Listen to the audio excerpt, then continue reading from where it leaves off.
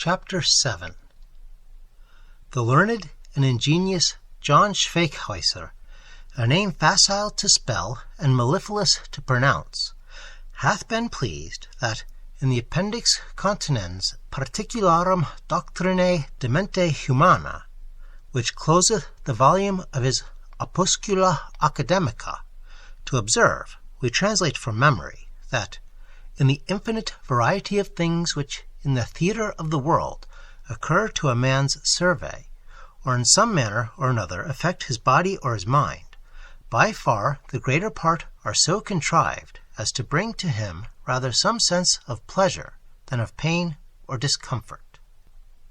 Assuming that this holds generally good in well-constituted frames, we point out a notable example in the case of the incarcerated Paul. For although that youth was in no agreeable situation at the time present, and although nothing very encouraging smiled upon him from the prospects of the future, yet, as soon as he had recovered his consciousness, and giving himself a rousing shake, he found an immediate source of pleasure in discovering, first, that several ladies and gentlemen bore him company in his imprisonment, and secondly, in perceiving a huge jug of water within his reach, which, as his awaking sensation was that of burning thirst, he delightedly emptied at a draught. He then, stretching himself, looked around with a wistful earnestness, and discovered a back turned towards him, and recumbent on the floor, which, at the very first glance, appeared to him familiar. Surely, thought he, I know that frieze coat, and the peculiar turn of those narrow shoulders. Thus soliloquizing, he raised himself, and, putting out his leg, he gently kicked the reclining form. Muttering strange oaths, the form turned round, and, raising itself upon that inhospitable part of the body in which the introduction of foreign feet is considered anything but an honor, it fixed its dull blue eyes upon the face of the disturber of its slumbers, gradually opening them wider and wider, until they seemed to have enlarged themselves into proportions fit for the swallowing of the important truth that burst upon them, and then from the mouth of the creature issued, "Queer my glims, if that bean't little Paul." "Aye, dummy, here I am. Not been long without being laid by the heels, you see. Life is short. We must make the best use of our time." Upon this, Mr. Duneker, it was no less respectable a person, scrambled up from the floor, and, seating himself on the bench beside Paul, said, in a pitying tone, "Why, laus-a-me, if you bean't knocked o' the head. Your pulse as bloody as Murphy's face when his throat's cut." "'Tis only the fortune of war, dummy, and a mere trifle. The heads manufactured at Thames Court are not easily put out of order. But tell me, how come you here?" "Why, I been lushing heavy vet till you grew light in the head, and fell into the kennel." "Yes. Mine is a worse blunder than that, I fear." And therewith Paul, in a lower voice, related to the trusty dummy his train of accidents which had conducted him to his present asylum. Dummy's face elongated as he listened. However, when the narrative was over, he endeavored such consolatory palliatives as occurred to him. He represented first the possibility that the gentleman might not take the trouble to appear. Secondly, the certainty that no watch was found about Paul's person. Thirdly, the fact that, even by the gentleman's confession, Paul had not been the actual offender. Fourthly, if the worst came to the worst, what were a few weeks, or even months, imprisonment? "Blow me tight," said Dummy, "if it bean't as good a way of passing the time as a cove as is fond of snuggery need desire." This observation had no comfort for Paul, who recoiled with all the maiden coyness of one to whom such unions are unfamiliar, from a matrimonial alliance with the snuggery of the house of correction. He rather trusted to another source for consolation. In a word, he encouraged the flattering belief that Long Ned, finding that Paul had been caught instead of himself, would have the generosity to come forward and exculpate him from the charge. On hinting this idea to Dummy, that accomplished man about town could not for some time believe that any simpleton could be so thoroughly unacquainted with the world as seriously to entertain so ridiculous a notion. And indeed, it is somewhat remarkable that such a hope should ever have told its flattering tale to one brought up in the house of Mrs. Margaret Lobkins. But Paul, we have seen, had formed many of his notions from books, and he had the same fine theories of your moral rogue that possesses the minds of young patriots when they first leave college for the House of Commons, and think integrity the prettier thing than office. Mr. Duneker urged Paul, seriously, to dismiss so vague and childish a fancy from his breast, and rather to think of what line of defense it would be best for him to pursue. This subject being at length exhausted, Paul recurred to Mrs. Lobkins and inquired whether Dummy had lately honored that lady with a visit. Mr. Duneker replied that he had, though with much difficulty, appeased her anger against him for his supposed abetment of Paul's excesses, and that, of late, she had held sundry conversations with Dummy respecting our hero himself. Upon questioning Dummy further, Paul learnt the good matron's reasons for not evincing that solicitude for his return which our hero had reasonably anticipated. The fact was that she, having no confidence whatsoever in his own resources independent of her, had not been sorry of an opportunity effectually, as she hoped, to humble that pride which so revolted her, and she pleased her vanity by anticipating the time when Paul, starved into submission, would gladly and penitently re-seek the shelter of her roof, and, tamed as it were by the experience, would never again kick against the yoke which her matronly prudence thought it fit to impose upon him. She contented herself then with obtaining from Dummy the intelligence that our hero was under McGrawler's roof, and therefore out of all positive danger to life and limb, and, as she could not foresee the ingenious exertions of intellect by which Paul had converted himself into the nobilitas of the Athenaeum, and thereby saved himself from utter penury, she was perfectly convinced, from her knowledge of character, that the illustrious McGrawler would not long continue that protection of the rebellious protege, which, in her opinion, was his only preservative from picking pockets or famishing. To the former decent alternative she knew Paul's great and jejune aversion, and she consequently had little fear for his morals or his safety in thus abandoning him for a while to chance. Any anxiety, too, that she might otherwise have keenly experienced, was deadened by the habitual intoxication now increasing upon the good lady with age, and which, though at times she could be excited to all her characteristic vehemence, kept her senses, for the most part, plunged into a Lethean stupor, or, to speak more courteously, into a poetical abstraction from the things of the external world.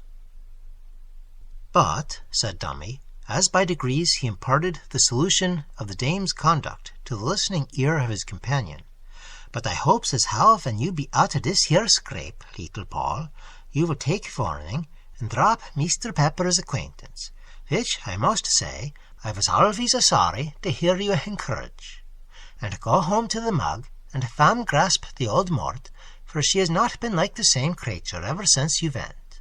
She's a delicate-hearted woman, that Biggie Lob. So appropriate a panegyric on Mrs. Margaret Lobkins might, at another time, have excited Paul's risible muscles, but at that moment he really felt compunction for the unceremonious manner in which he had left her, and the softness of regretful affection imbued in its hallowing colors even the image of Piggy Lob. In conversation of this intellectual and domestic description, the night and ensuing morning passed away, till Paul found himself in the awful presence of Justice Burnflat.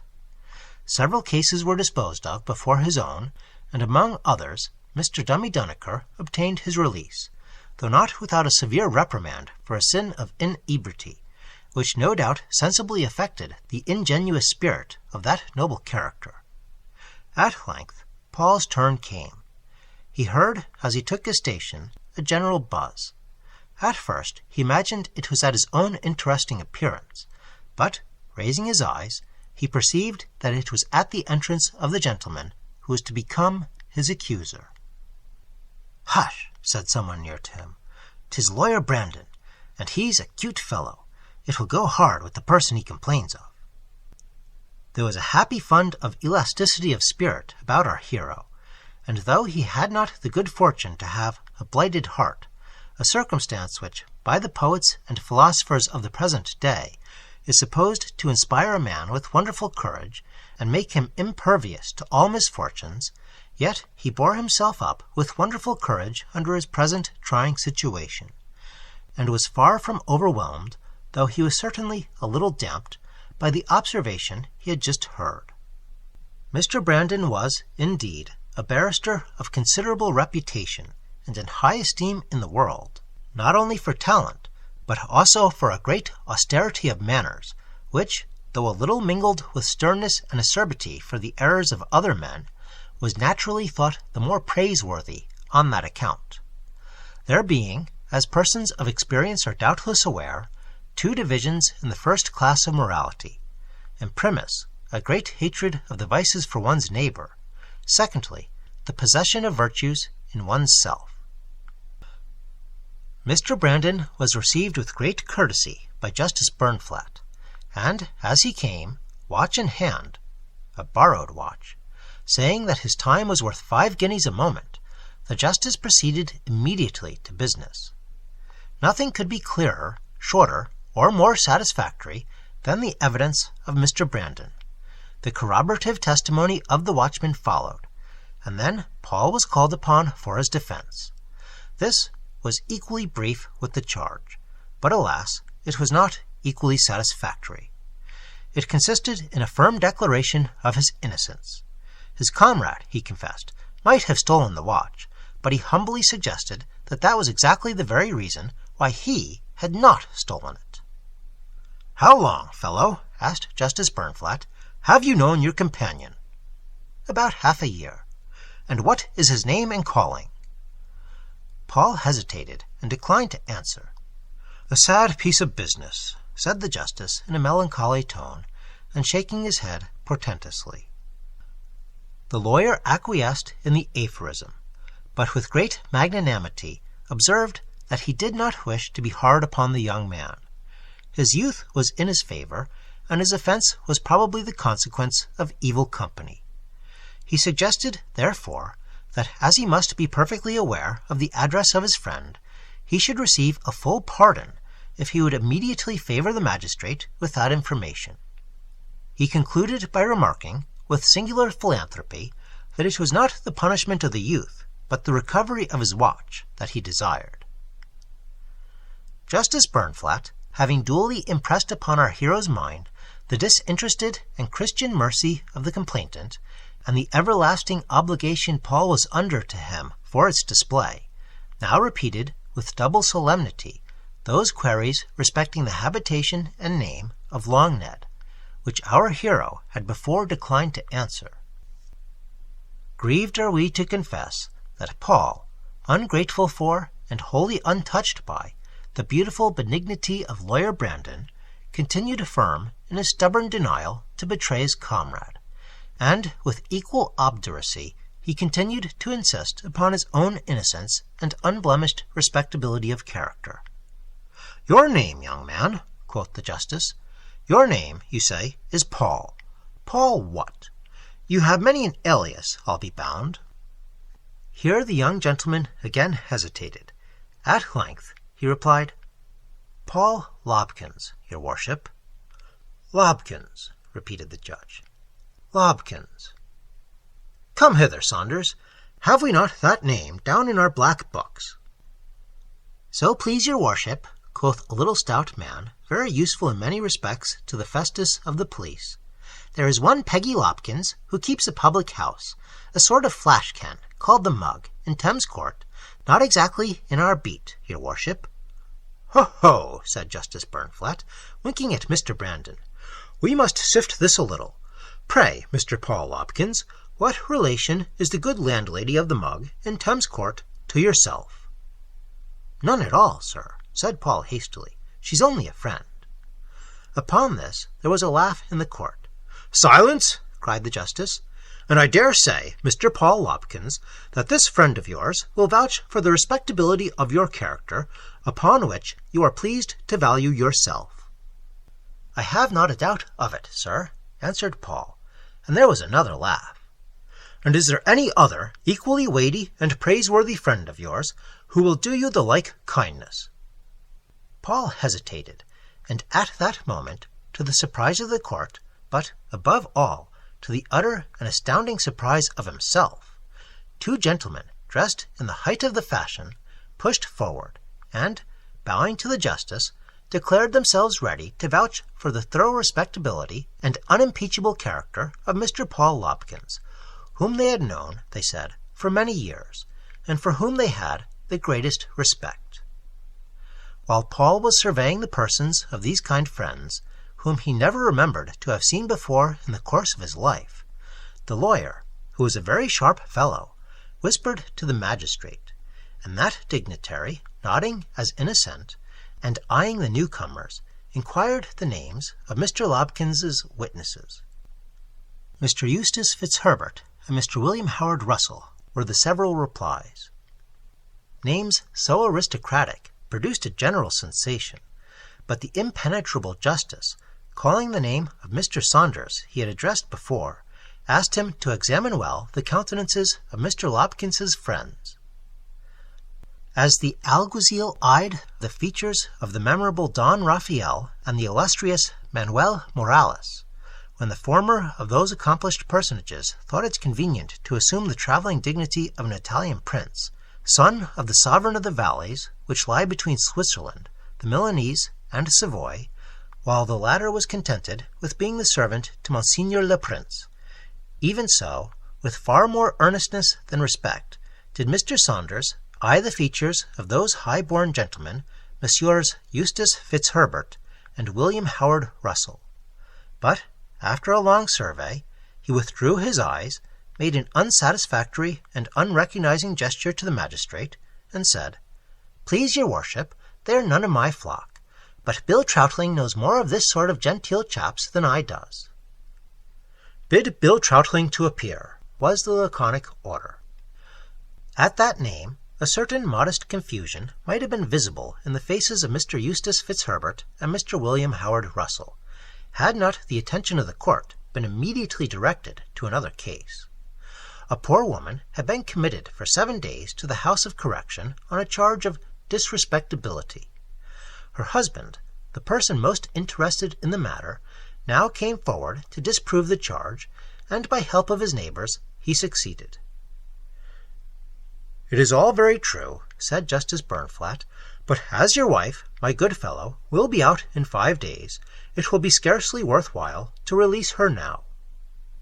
So judicious a decision could not fail of satisfying her husband, and the audience became from that moment enlightened as to the very remarkable truth, namely, that 5 days out of 7 bear a peculiarly small proportion to the remaining 2, and that people in England have so prodigious a love for punishment, that though it was not worth while to release an innocent woman from prison 5 days sooner than one would otherwise have done, it is exceedingly well worth while to commit her to prison for 7. When her husband, passing his rough hand across his eyes, and muttering some vulgar impertinence or another, had withdrawn, Mr. Saunders said, "Here be Bill Troutling, your worship." "Oh, well," quoth the justice, "and now Mr. Eustace Hullo, how's this? Where are Mr. William Howard Russell and his friend Mr. Eustace Fitzherbert?" Echo answered, "Where?" Those noble gentlemen, having a natural dislike to be confronted with so low a person as Mr. Bill Troutling, had, the instant public interest was directed from them, silently disappeared from a scene where their rank in life seemed so little regarded. If, reader, you should be anxious to learn from what part of the world the transitory visitants appeared, know that they were the spirits sent by that inimitable magician, Long Ned, partly to report how matters fared in court. For Mr. Pepper, in pursuance of that old policy which teaches that the nearer the fox is to the hunters, the more chance he has of being overlooked, had immediately on his abrupt departure from Paul dived into a house in the very street where his ingenuity had displayed itself, and in which oysters and ale nightly allured and regaled an assembly that, to speak impartially, was more numerous than select. There he had learned how a pickpocket had been seized for unlawful affection to another man's watch. And there, while he quietly seasoned his oysters, had he, with his characteristic astuteness, satisfied his mind by the conviction that the arrested unfortunate was no other than Paul. Partly, therefore, as a precaution for his own safety, that he might receive early intelligence should Paul's defense make a change of residence expedient, and partly, out of the friendliness of fellowship, to back his companion with such aid as the favorable testimony of two well-dressed persons, little known about town, might confer, he had despatched those celestial beings who had appeared under the mortal names of Eustace Fitzherbert and William Howard Russell to the imperial court of Justice Burnflat. Having thus accounted for the apparition, the disapparition requires no commentary, of Paul's friends, we return to Paul himself. Despite the perils with which he was girt, our young hero fought out to the last, but the justice was not by any means willing to displease Mr. Brandon, and observing that an incredulous and biting sneer remained stationary on that gentleman's lip during the whole of Paul's defense, he could not but shape his decision according to the well-known acuteness of the celebrated lawyer. Paul was sentenced to retire for 3 months to that country house situated at Bridewell, to which the ungrateful functionaries of justice often banish their most active citizens. As soon as the sentence was passed, Brandon, whose keen eyes saw no hope of recovering his lost treasure, declared that the rascal had perfectly the Old Bailey cut of countenance, and that he did not doubt but, if he ever lived to be a judge, he should also live to pass a very different description of sentence on the offender.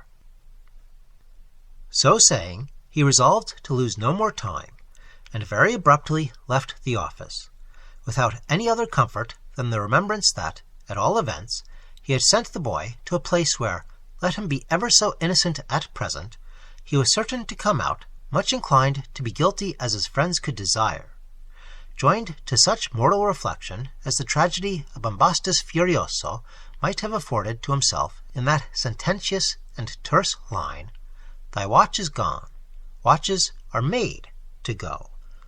Meanwhile, Paul was conducted in state to his retreat, in company with 2 other offenders, one a middle-aged man, though a very old file, who was sentenced for getting money under false pretenses, and the other a little boy who had been found guilty of sleeping under a colonnade, it being the especial beauty of the English law to make no fine-drawn and nonsensical shades of difference between vice and misfortune, and its peculiar method of protecting the honest being to make as many rogues as possible in as short a space of time.